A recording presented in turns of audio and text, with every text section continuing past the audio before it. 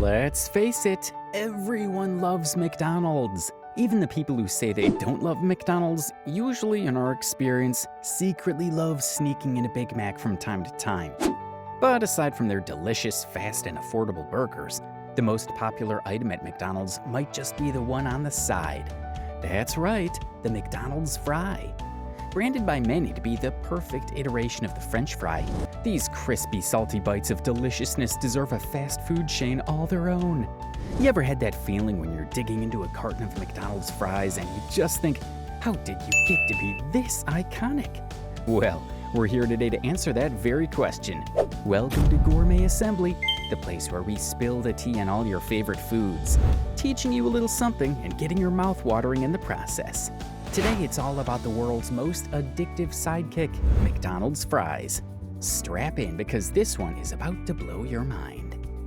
With over 38,000 stores across more than 100 different countries worldwide, McDonald's is the largest and most iconic fast food chain in the entire world, and it isn't even close.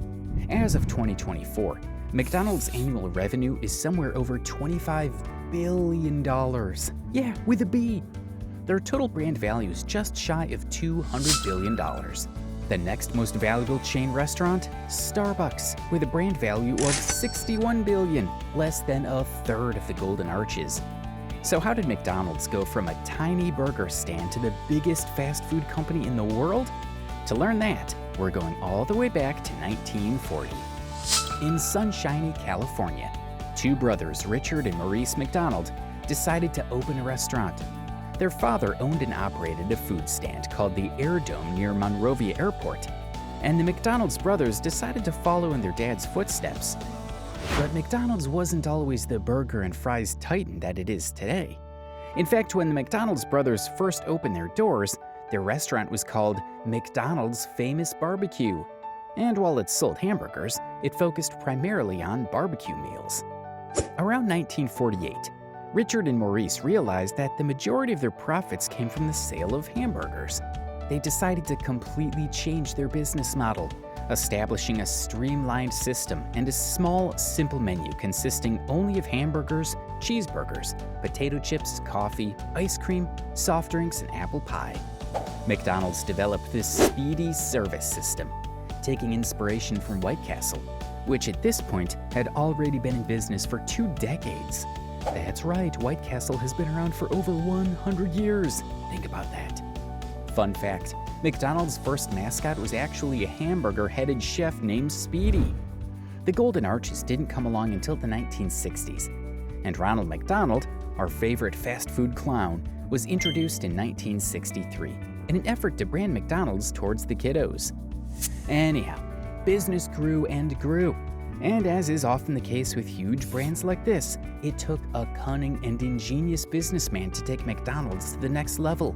His name was Ray Kroc, and after partnering with the McDonald's brothers in 1954, he eventually bought out their shares of the company several years later and expanded McDonald's beyond anyone's wildest dreams.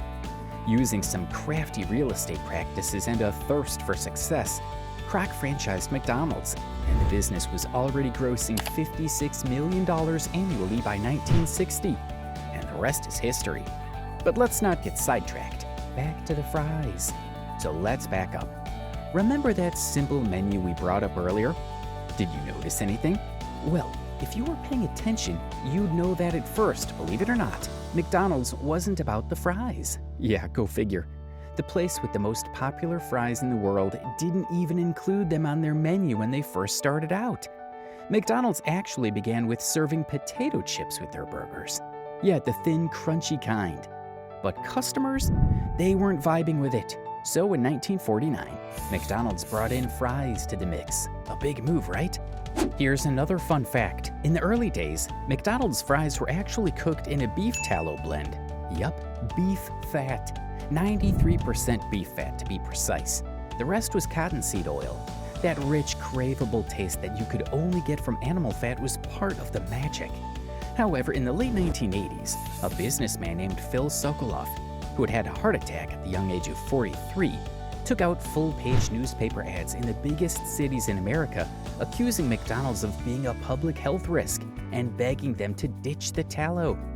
In 1990, Phil got his wish, and McDonald's switched to vegetable oil with beef flavoring. Next best thing, right? Some people say the taste changed, but hey, McDonald's fries were already too iconic to slow down. Now back to the fries, and back to Ray Kroc. Kroc, while by all accounts a pretty ruthless business partner, was a bit of a mastermind. He saw beyond the burger, and his dream was to make McDonald's a household name. He realized the fries were the key. But not just the fries themselves, the consistency of the fries. Kroc wanted every fry to taste exactly the same, whether you were in Chicago or Miami. He wanted the perfect fry, so he started testing and retesting potato types to try and find the perfect mix of flavor and texture. After a few fry fails, Kroc landed on their golden ticket, the russet Burbank potato. In the 1950s, Kroc established strict quality control measures for all of McDonald's potato suppliers, ensuring the potatoes had all the same composition and what's called a solids content. Kroc also pioneered the process of curing potatoes by storing them at warm temperatures for several days before frying. This caused the potatoes to convert extra sugars into starch, ensuring a crispy fry each and every time. Lastly, and probably most incredible, was Kroc's introduction of the potato computer, a machine developed by a man named Louis Martino that closely monitored oil temperature and fry times to make sure each and every batch of McDonald's fries were up to his standard. You know what they say, consistency is key. Kroc knew that in order to truly make McDonald's stand out, he needed to grow the brand and ensure that each and every location was serving up the best fries in the country and later the world. Now let's fast forward to the 1970s.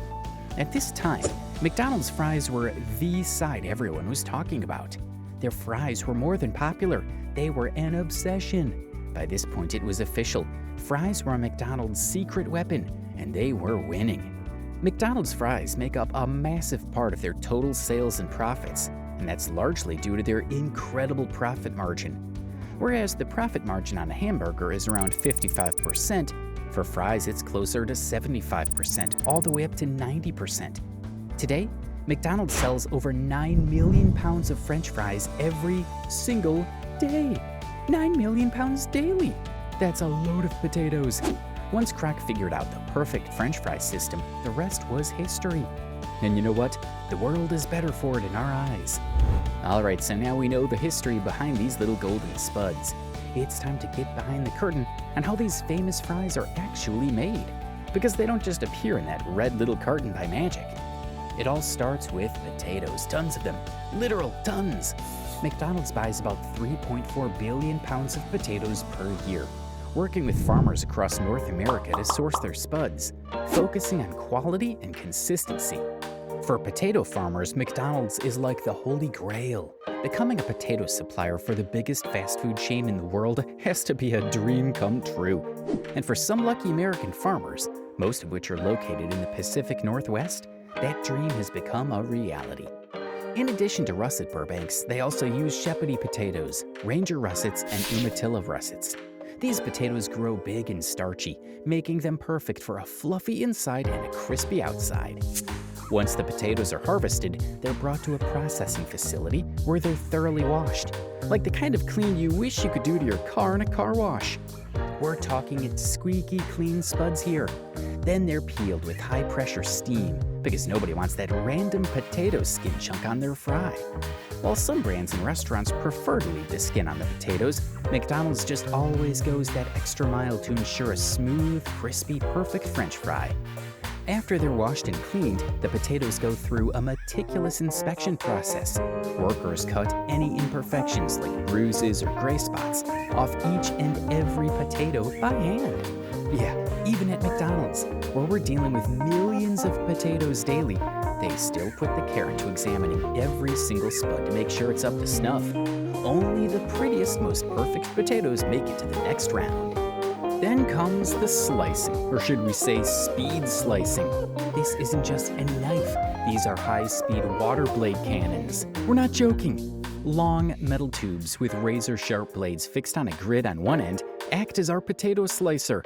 Potatoes are loaded in one by one, and then shot through the tube at over 70 miles per hour, straight through the grid of blades waiting at the other end. I mean, this is kind of like a Saw movie for these potatoes, but we've got to say it's for the greater good. This process guarantees that every fry comes out in the long, perfect shoestring shape that's perfect for dipping into ketchup, sweet and sour, ranch, or for the ones who really know, milkshakes. Next, there's another physical inspection. Yeah, McDonald's is serious about its French fry perfection.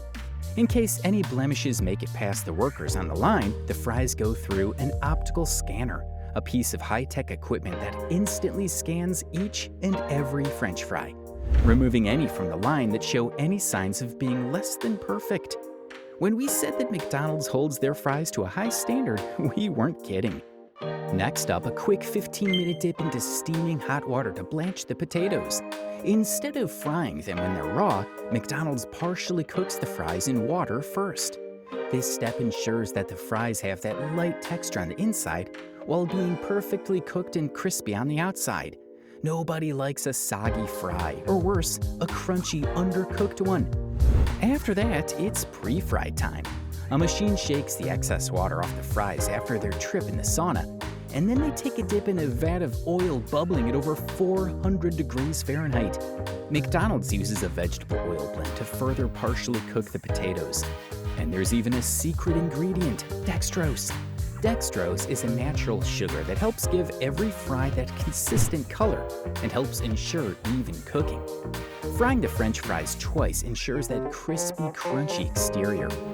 Through the blanching process in the pre-fry, the potatoes have been sufficiently cooked through. By the time they take their final dip in the oil at your local McDonald's, they're just getting warmed through and fried to crispy perfection. Once they've had their mini fry, it's flash freeze time. Basically, they get put on ice like pro athletes after a big game. The fries work their way through a cooling tunnel in order to drop their temperature down below freezing. This locks in freshness so the fries taste the same, whether you're in New York or Tokyo. The frozen fries are bagged and then distributed to McDonald's locations all over the globe. A single French fry facility can supply fries to restaurants in dozens of different countries. When you order your fries, they go from freezer to fryer, where they get that final golden fry in 100% vegetable oil. After just a few minutes, they're salted, just the right amount, and boom, you've got that iconic McDonald's fry, served hot and crispy. Is your mouth watering yet? So how did McDonald's fries go from side dish to cultural icon? It's all about that global reach. McDonald's is practically everywhere, and their fries have become the universal fast food snack. Again, that's all thanks to Kroc. If it weren't for his dedication to maintaining consistent quality control across all McDonald's locations, you'd never know what you were going to get if you went to a different location. Doesn't matter where you are.